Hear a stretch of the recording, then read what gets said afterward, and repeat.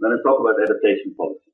And this morning I talked about adaptation, and I'm going to continue to talk about adaptation. And what we said when we discussed the impact of climate change, circumstances change, people and company would change their behavior. Perhaps just to alleviate the negative consequences of climate change, perhaps to make the most of the positive consequences.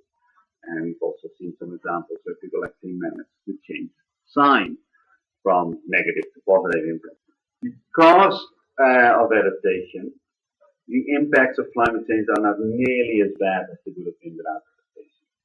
And that means that there's actually less grounds to reduce emissions, because the consequences of climate change are simply not as bad. Similarly, if you reduce your emissions, then climate change will be less, and the impacts of climate change will be less, and there will be less need to adapt. So at a strategic policy level, adaptation and mitigation are substitutes. If you do more of the one, you do less of the other. And it pains me to say that this is unfortunately something that I have to keep saying, because a number of people think that they're compliments, including a lot of people who should know better. It's pretty trivial that a substitute is made. For a long time, national and international climate policy has ignored adaptation, primarily because it would be tantamount to admitting defeat, that adaptation is what you do if you can't avoid climate change, and by focusing on adaptation you essentially say, well, I can't mitigate climate, so I have to adapt. And it took a long time for our dear leaders to realize that you cannot take away all of climate change, no matter how hard you try, and therefore adaptation is necessary and unavoidable, and perhaps you should start thinking about that. That has changed because of a series of high-profile articles, but also because of a series of failures in international climate policy that people are beginning to realize it's actually a harder problem to solve than before. People now understand that climate change cannot be fully avoided. There's another realization that has come to pass, and that is that if you want to successfully reduce greenhouse gases, you need to have, within some degree of international cooperation, or perhaps only coordination. That is, the Netherlands can reduce its emissions by a mark at once, climate wouldn't budge, right? What matters is that global emissions go down, not that emissions of a single nation go down. What matters is that emissions go down over a century, not over a few years. If you're worried about sea level rise and you want to do something about it in the Netherlands, you don't need to negotiate with the people from Ghana. You don't need permission from the Chinese or the Russians. You can simply build or raise the dikes. That is something that is fully under control of the national government. You don't need international cooperation to the same degree.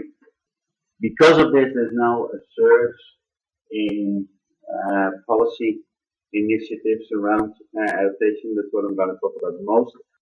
But I think it is good to stop first and wonder, so what could you actually do if you're adapting to climate change? Well, if you're a farmer, right, and you're planting weeds and climate changes, what you would need to do is plant the weeds at a different time or plant a different crop. If you're a household and it gets warmer in winter, then you would not need to burn as much energy to keep your house warm, burn some gas or oil or whatever you use for heating.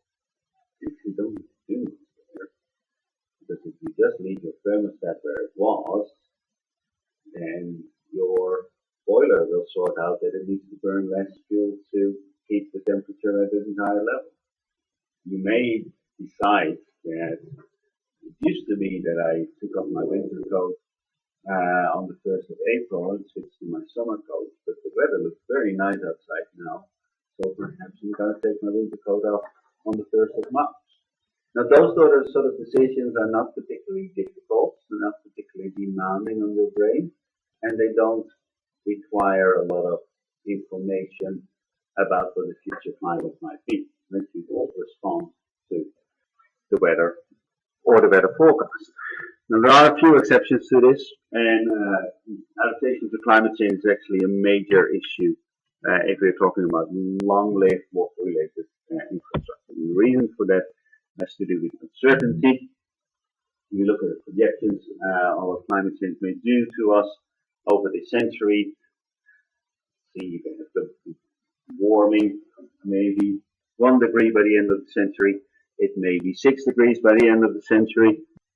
If you look at the projections of what would happen to rainfall, you will see that in large parts of the world, the models cannot agree on the sign of the change, let alone the magnitude of the change. We've looked at this picture before. So when you're confronted with this sort of thing, if you're building something that is supposed to last, and you're a conscientious manager, and you don't just want to build it according to the current spec. Say you're building a dam, you would also want it to function still 40 or 50 or 60 years into the future. Then you need to take into account what would that future be like, right? And is it true that the plants that I'm building, that the roads that I'm building, that the bridge that I'm building, or that dam that I'm building would still be functioning the way it should at the end of its technical lifetime. In some cases, that is relatively straightforward. So we've experienced in this country a number of instances where it was so hot that the metal on bridges expanded so much that they could not open anymore. Or we've also seen instances where they actually could not close anymore. You may be aware that we have a number of crossings with ships and cars. If the bridge doesn't close anymore, the cars can't move. If the bridge can't open anymore, the ships can't move, right? And that creates problems. So if you're an engineer and you're building a new bridge, then what do you need to know? You need to know that it will be warmer in the future, and therefore you need to build greater tolerances in your bridge. You don't know whether it will warm by 1 degree or by 6 degrees. You do know that you want your bridge to function in 50 years' time, so you're going to build it to the highest spec so that it will still function in 6 degrees. It's relatively simple what you need to do, right? And essentially you're going to make your system more robust, so you know the sun. If we're talking about water infrastructure, if you're, say, designing on the level of the dike height among rivers or your dredging regime for rivers, you actually don't know the sign of the change. You know that future rainfall will be different, you know that future evaporation will be different, but you don't know whether there will be more or less water coming down the river. So there you can go for a regime that is more robust. It doesn't necessarily work. What you could, for instance, do, you may be worried about river floods in winter, so one solution is to dredge the rivers deeper so that the water flows out faster, which works for winter time, but if the water flows faster in winter, it will also flow faster in summer, and you may run into drought problems. So if you're confronted with this sort of situation, then perhaps what you want to do is design the system such that it becomes more flexible. That rather than putting everything in concrete and hoping that it will stand for another 50 years, you design the system such that it becomes modular, and if you've learned more about the future climate in 10 years' time, then you can change and redesign and be prepared for the next 10 years and then make another decision. Right? So you want to build in flexibility into your engineering. It's actually not as hard as you may think. To ask engineers to do this, they're happy to oblige, right? Even though a lot of this water-related infrastructure is poured in concrete, it does not mean that it's completely inflexible. What you may have seen if you walk along certain coasts or if you travel through Egypt, for instance, is that sometimes you come across concrete structures with lots of metal sticking out. You wonder, like, why? It's ugly, it's rusty, it's dangerous. I would not let my kids play there. The reason for this is very simple. The way that in Egypt you see concrete houses and the first floor is finished, the second floor is finished, and then they have all these spikes sticking out on the third floor, but that's completely unfinished. And you wonder, why would somebody want to live in such an ugly house? The reason for this is flexibility. If you have a neatly finished concrete structure, the only way to make it bigger is to take away all the old concrete and start again. If you have metal bits sticking out, you can pour on new concrete and make it bigger. It is much, much cheaper than taking away all the old concrete first and stuff. The reason that they do this in Egypt is that people live on the first floor, people live on the second floor. At a certain point in the future, at an unknown point in the future, your son may get married, and he and his wife and all the children that will come will move in on the third floor. You don't know when. You don't want to have a third floor for all this time unoccupied. You do it just before the wedding. Right? It's a perfectly rational response to building flexibility in. What we think of as a rigid structure, namely the size of a house, but you can make it flexible. Now, these things only matter if a building, if a dam, if a road is meant to last for a long, long time, and the future is indeed uncertain. For many, many systems, the renewal time is so rapid relative to climate change. And here we go back to the Groensbeck rule, right? The population of the heat will renew itself every 2 hours. So we don't need to worry about climate change or sea level rise that sort of evolves over a century will do to that, right? They will get out of the way anyway, and it won't go back. As I said, adaptation is now back on the policy agenda. Unfortunately, it's back with a vengeance, and not everything that is going on is done smartly. So, around the world, national governments are formulating national adaptation plans, and indeed, one of the few things that was agreed during international climate negotiations is that this is mandatory. They have to do it. Multilateral organizations such as the World Bank are now also formulating international adaptation plans. When a bureaucracy is asked to do something that they haven't done before, what do? They call in consultants to help them think, because they can't do that for themselves. And all of this has been a bit of a bonanza for consultants.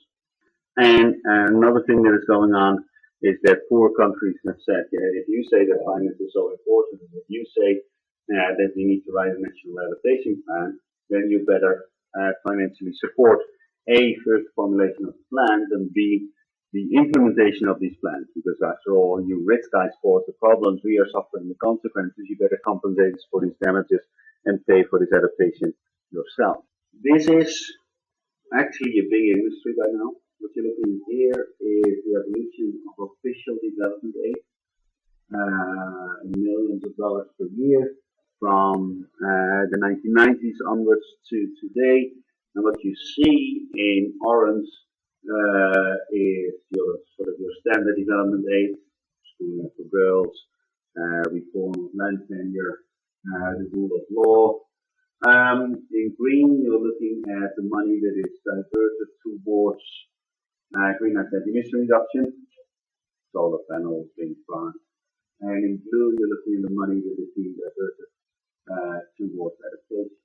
And what you see is that more and more money, and at a certain point almost 25% of all the money that used to be development aid is now going towards climate policy. It's unclear whether all this money is well spent, because a lot of adaptation is development. And I talked about adaptive capacity at length this morning.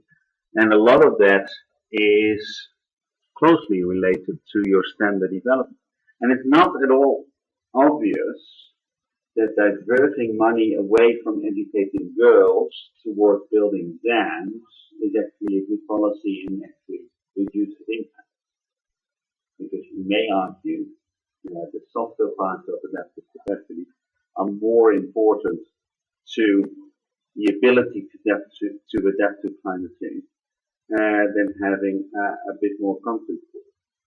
Unfortunately, this money that is being diverted away from official development aid towards climate aid, a lot of those funds are controlled by environmentalists who know a lot about chemistry and biology and atmospheric physics and what have you, but unfortunately missed out on all the things that we've learned about development and development of systems since the 1950s.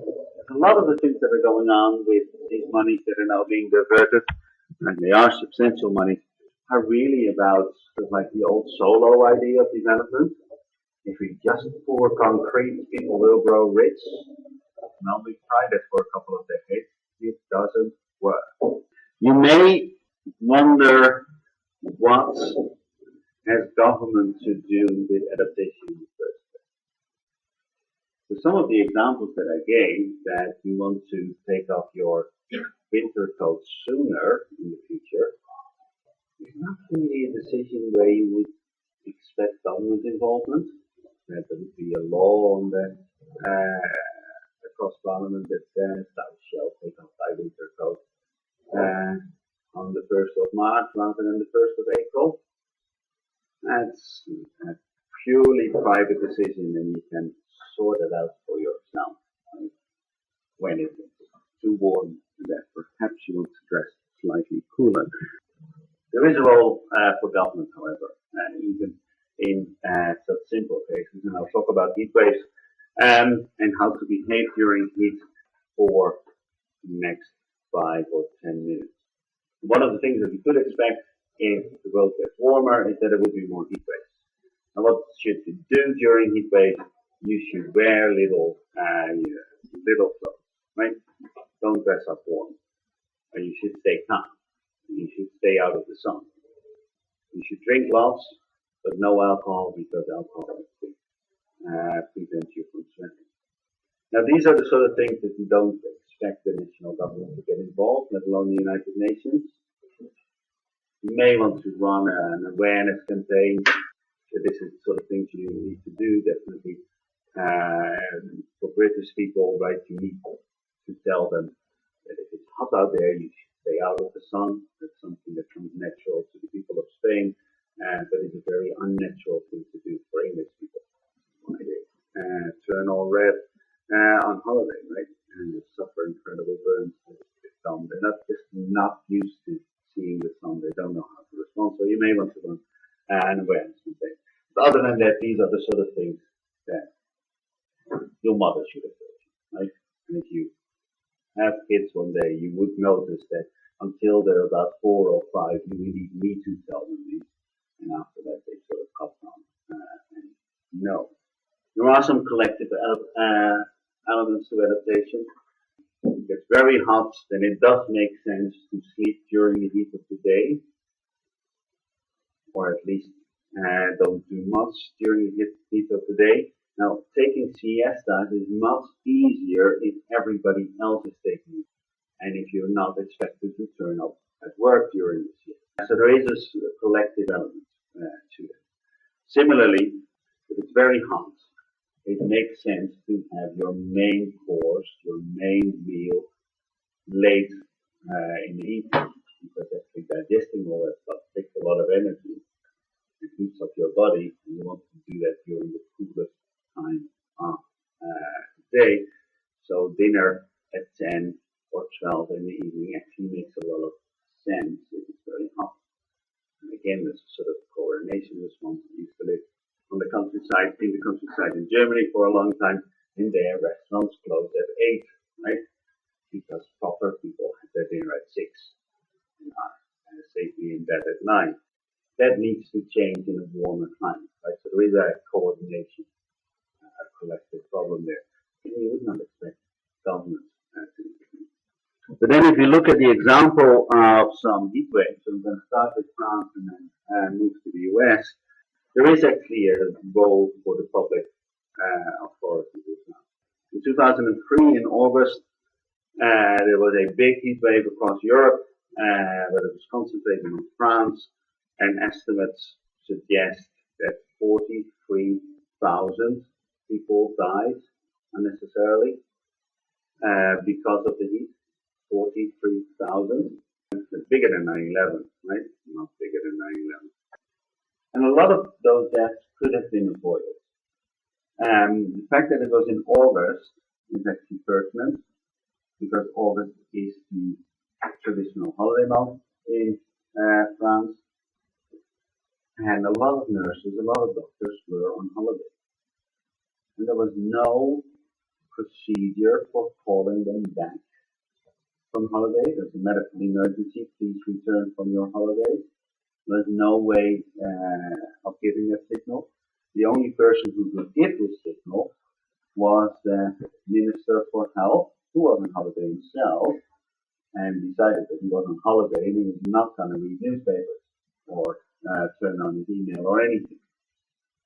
So there was no way of calling the nurses and doctors back. And that caused a lot of accidents there.